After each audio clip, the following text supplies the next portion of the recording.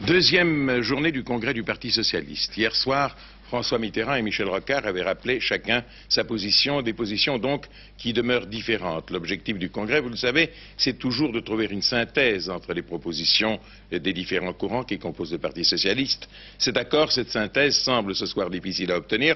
En tout cas, selon nos envoyés spéciaux, la journée n'aurait rien apporté qui puisse favoriser les relations entre les différents leaders du PS.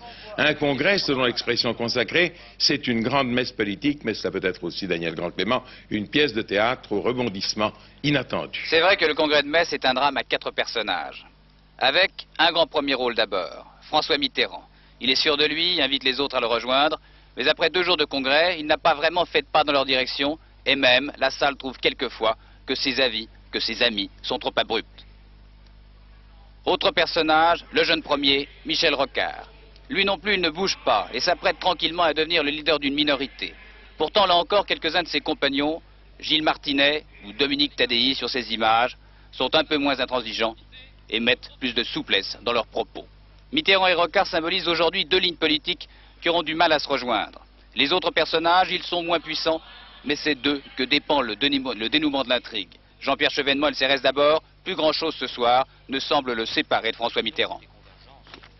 Importantes sont apparues dans tout le cours du débat entre les orateurs qui sont exprimés au nom de la motion de François Mitterrand et les orateurs qui sont exprimés au nom de la motion du CRS. Disons que les choses ont évolué et que par conséquent les positions se sont rapprochées.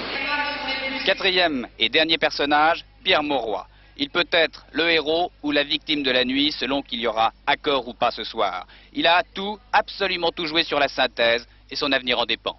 L'accord entre nous est nécessaire, l'accord entre nous tous est possible. L'avenir, à l'issue de ce congrès, sera engagé pour longtemps.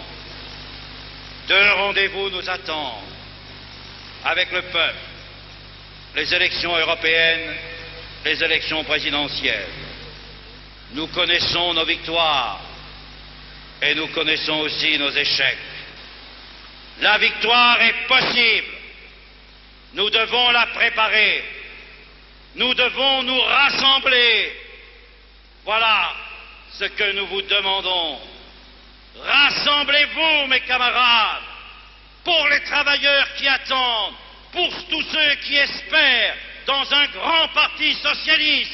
Rassemblez-vous pour permettre au socialisme demain de triompher.